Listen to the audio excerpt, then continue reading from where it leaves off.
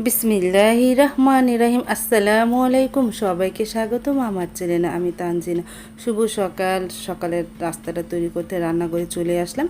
আজ সকাল থেকে শুরু করে দিলাম আমার নতুন ব্লগটা। আমি সাদা বউ রান্না করতেছি, পেঁয়াজ কাঁচামরিচ লবণ দিয়ে বউটা চুলায় বসিয়ে দিয়ে আসলাম, আর সাথে আলু দিয়েছি সেদ্ধ। তারপর একটু বাহিরে আসলাম, মিষ্টি কুমড়ের গাছ থেকে 2-3টা পাতা নেব। আমার হাজব্যান্ড বলা তো নিষেধ, সাবার বাবা বলতেছে যে মিষ্টি কুমড়ের পাতার ভর্তা খাবে, এই জন্য বাহিরে আসলাম। কয়েকটা মিষ্টি কুমড় পাতা ছিঁড়ে নিয়ে যাব, তারপরে ভর্তা বানাবো।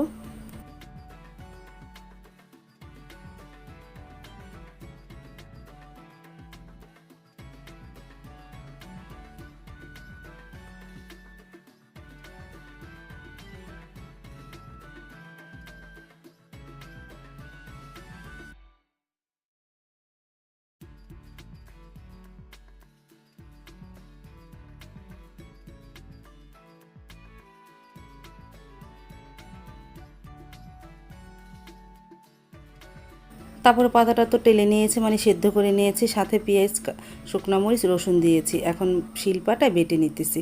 আমার প্রায় ভর্তাটা বানানো হয়ে গেছে। এই যে পাতা ভর্তা, আলু ভর্তা, ডিম ভাজা হয়েছে। এই সকালে নাস্তা। আর সাদা বউ রান্না করেছি, একটু পরে সবাই নাস্তা।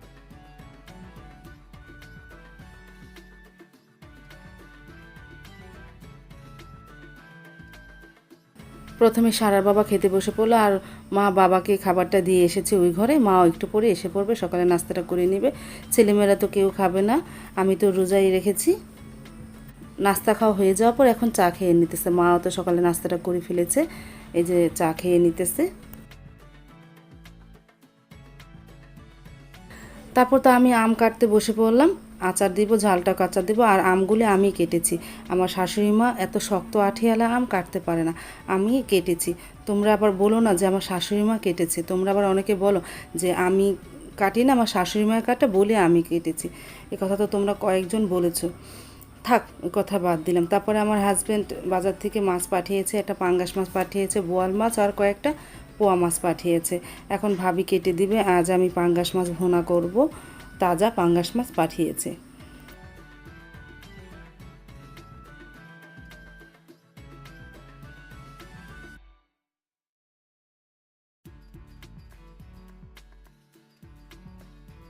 আর এদিকে মা পাট শাকগুলো বেছে নিতেছে। পাট শাক পাঠিয়েছে, আর কিছু সবজিও পাঠিয়েছে।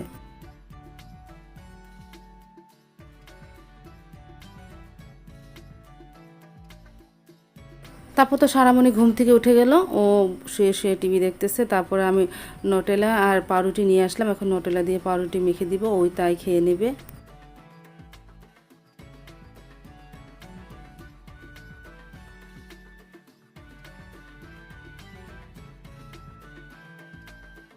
তারপর তো আমি রান্নাঘরে চলে গেলাম। কি কি রান্না করব সব কিছু গুছিয়ে নিয়েছি। ইলিশ মাছ বের করে রেখেছি, পাঙ্গাস মাছ তো দেখেছো এনেছে, কেটে লবণ মেখে রেখেছি। পাট শাক ভাজি করব, আর ইলিশ মাছটা মরিচ দিয়ে রান্না করব, মরিচের ইলিশ রান্না করব।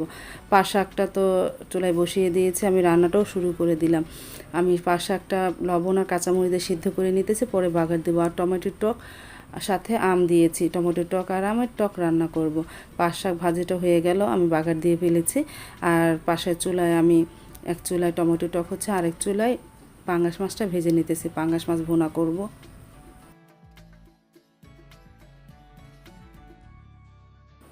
পেঁয়াজটা হালকা বাদামি রঙ হয়ে গেল, এখন একটু আদা রসুন দিয়ে পানি দিয়ে দিব। তারপর একটু হলুদের গুঁড়া, মরিচের গুঁড়া, ধনিয়ার গুঁড়া দিয়ে মশলাটাকে কষিয়ে নিই। পাঙ্গাস মাছ তো ভুনা করব।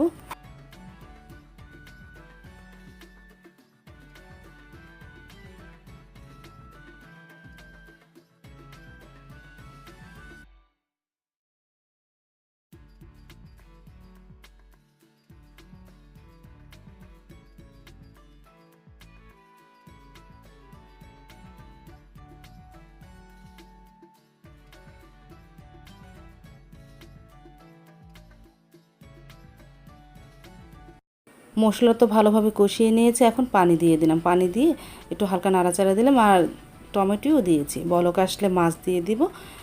এই যে তরকারিটা তো বলক এসে গেছে, সাথে একটু শাক দিয়ে দিলাম। আমরা বিক্রমপুরে এই শাকটা খেয়ে থাকি। আমার এই শাকের রেসিপিটা আমার ডিসক্রিপশন বক্সে দেওয়া থাকবে, তোমরা দেখতে মন চাইলে দেখে নিও। তোমরা অনেকে বলো শাক কি, শাকের রেসিপিটা দাও, আমার ডিসক্রিপশন বক্সে দেওয়া থাকবে, তোমরা দেখে নিও। তারপর ভাজা মাছগুলি দিয়ে দিলাম। এখন মিডিয়াম আঁচে আস্তে আস্তে ভুনা তরকারিটা করে ফেলবো।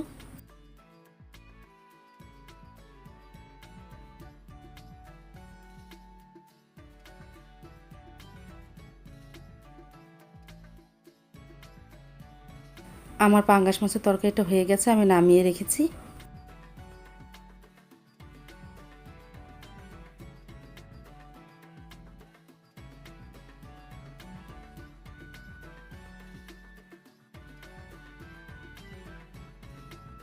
তারপর ইলিশ মাছগুলো ভেজে নিতেছি। ইলিশ মাছ ভাজা হচ্ছে, আর ব্লান্ডারে আমি রসুন, পেঁয়াজ আর শুকনো মরিচ ব্লান্ড করে নিয়েছি। এই যে আমি ব্লান্ড করে রেখে দিয়েছি। আমি আর এখানে কোনো আদা, রসুন, হলুদ, মরিচ কোনো কিছুই ব্যবহার করব না। তেলের মধ্যে এই মশলাটা ছেড়ে দিব। এই যে মাছগুলি ভাজা হয়ে গেল, এখন তেলের মধ্যে এই মশলাটা ছেড়ে দেব, রসুন, পেঁয়াজ আর শুকনো মরিচ।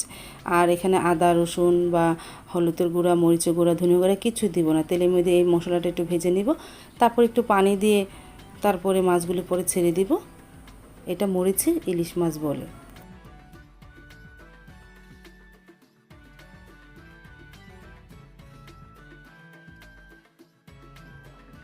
এই যে আমার হয়ে গেছে মরিচের ইলিশ মাছের তরকারিটা, আমি এখন নামিয়ে ফেলবো।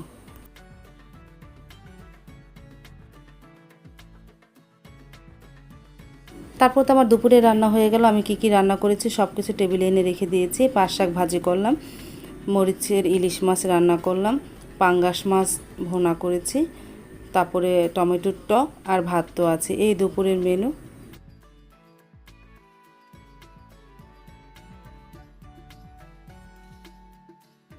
তারপর তো একটা বেজে গেছে, আমি গোসল করতে চলে যাব। আর তখনই মা এসেছে, বাবার খাবারটা নিয়ে যাচ্ছে। এই যে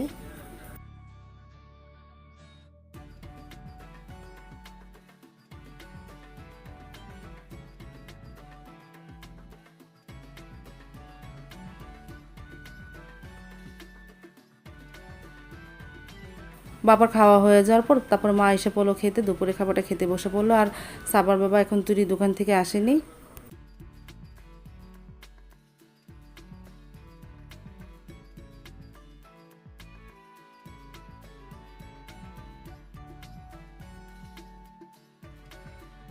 আর সারামণিকে ভাত দিলাম, ও ড্রয়িং রুমে বসে খেয়ে নিতেছে।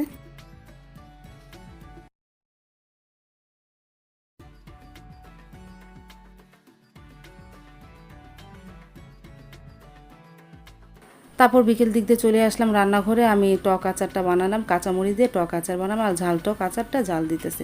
দুই পদের আচার বানালাম, টক আচার আর ঝাল টক আচার। এখন বিকাল দিক দিয়ে করে ফেললাম। প্রচণ্ড গরম, বারবার রান্নাঘরে আসা যায় না।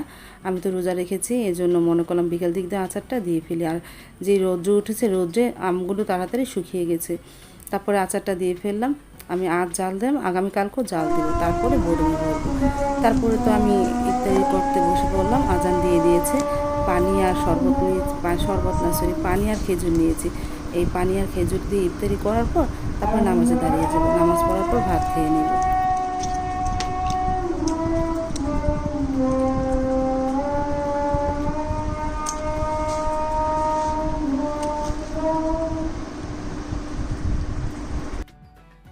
আমার তো নামাজ শেষ, ভাত খেতে বসে পড়লাম। আর সারামণি এখানে পাউরুটি দিয়ে ডিম পোচ দিয়ে খেয়ে নিতেছে, সন্ধ্যার নাস্তা।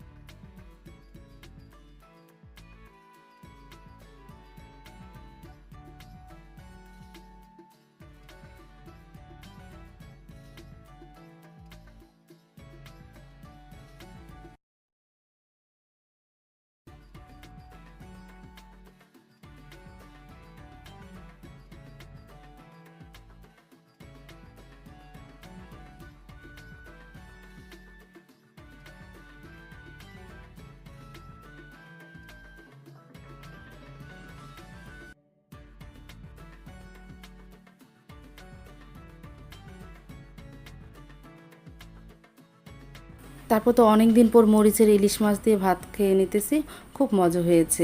মানে আগে তো মার হাতের এই রান্নাটা আমার কাছে অনেক ভালো লাগে, আমার আম্মু অনেক মজা করে রান্না করে। তারপর আমারটা মোটামুটি মজা হয়েছে। অনেক দিন পর মরিচের ইলিশ মাছ দিয়ে ভাত খেলাম, ভালোই লাগলো।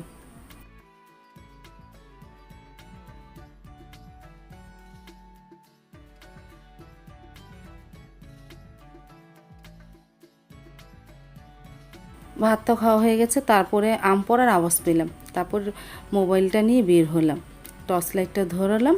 তারপরে দেখি আসলে আম পড়েছে, 3টা আম পেয়েছি। কিছুক্ষণ হাঁটলাম বাহিরে, যেখানে আম গাছ আছে, তারপরে 3টা আম কোড়ালাম।